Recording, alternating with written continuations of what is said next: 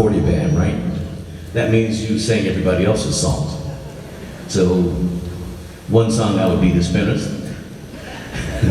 Next song that would be Temptations. You know, and it went from there. And how it worked is because there were 3 other singers in the band. How it worked was you go to the band leader if you heard a song on the radio that you wanted to perform. So I rushed up to my boss's house and I said, I want to do this song by such and such. And he said, sorry, too late. Bill already called that song. And I said, Bill? I said, but I do him better than Bill does. He said, well, you'll have to take that up with Bill. The rules are the rules. So I said, well, I will take it up with him. So I spoke to Bill. I said, Bill, I do him better than you. Why don't you let me have that song?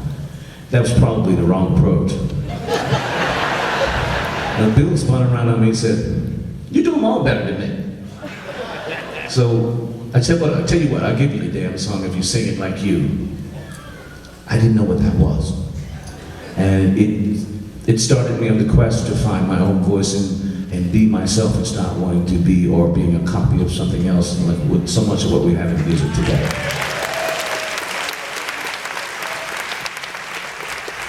So thank you, Bill. Bill's out there. He's forgiven me. Thank you. He was in that band with Moses, Dillard, and myself. He's a great sax player and actually a great vocalist himself. Put your hands together for Bill Wilson.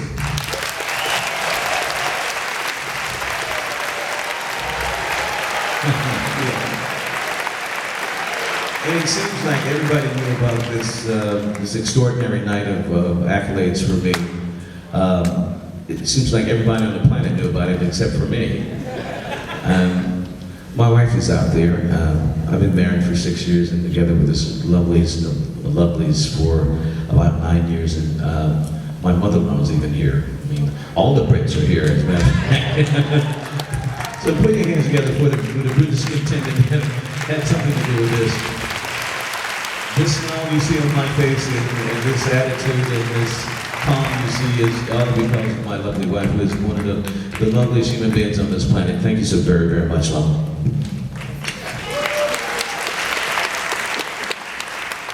So,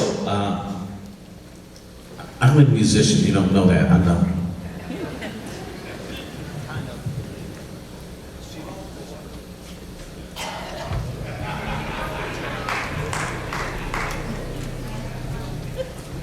I can't let the night go without saying something about Moses Dillard. I don't know if there's some of you here that know who Moses is, and there are those who don't. But Moses was a leader and the orchestrator of the most famous, unfamous band on the planet. Back in the day, the biggest television program you could do was the Midnight Special with Wolfman Jack and all that, right? Here's what you don't know. This famous, unfamous band, we did it 3 times. You know, we really did. I mean, you don't think about it, and we toured with everybody else on major tours, and we didn't open either. But we were just not famous. There's nothing for it. Anyway, but what he was, one of the requirements for, actually there were several requirements for being in this band. One was that you had to read and write music, and the other was that you had to play. It didn't make any difference if you were a great singer or not, you had to play. Because we did 4 sets a night. That's right, 4 45-minute shows. And let me tell you something, but he was a guitar virtuoso, and what I know about music and guitar, he was just my guru, as well as my muse. And God rest his soul, he's not here anymore, but he is one of the finest musicians I've ever had the pleasure of working with. Put your hands together for Moses Dillard, born and bred in South Carolina. That's fine.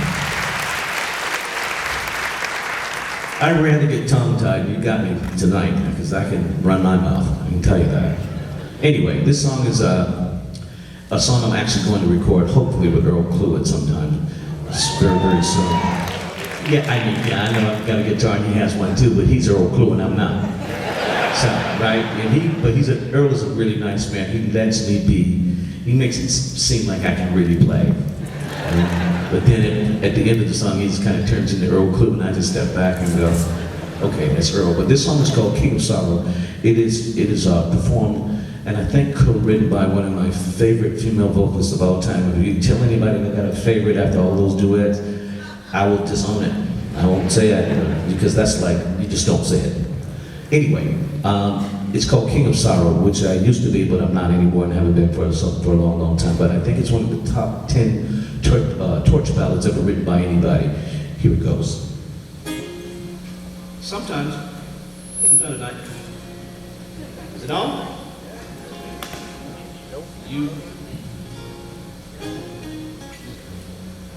Are you in the house? You have me in the house?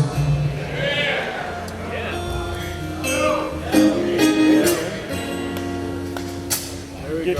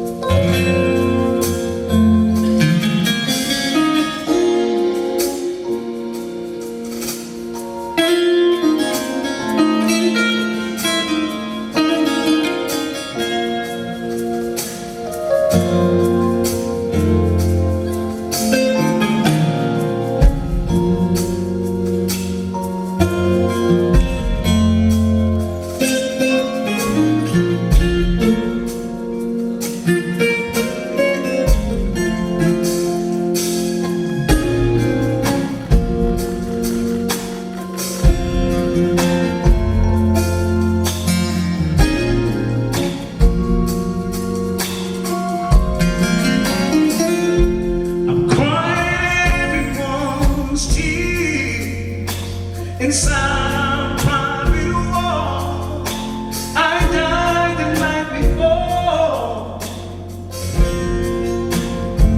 and now all these remnants of joy and disaster tell me, what am I supposed to do? I want to do that I want your soul, but nothing will change, nothing will change at all, and it's just a day that brings it all about.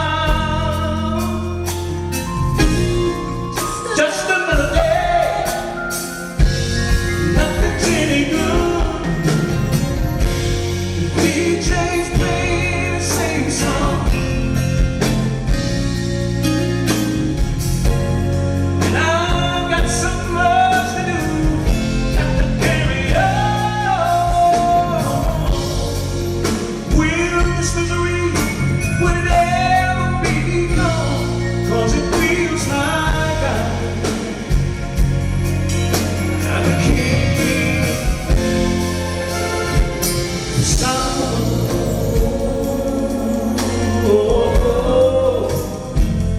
I'm the king of sorrow.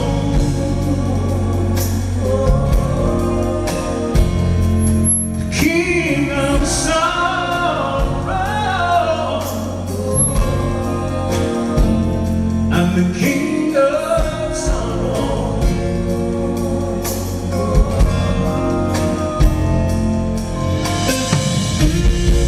I suppose that I could just walk away, but when I disappoint my future, if I stay, and it's just the day that brings it all about. It's just another day, nothing's any good. DJs play the same song,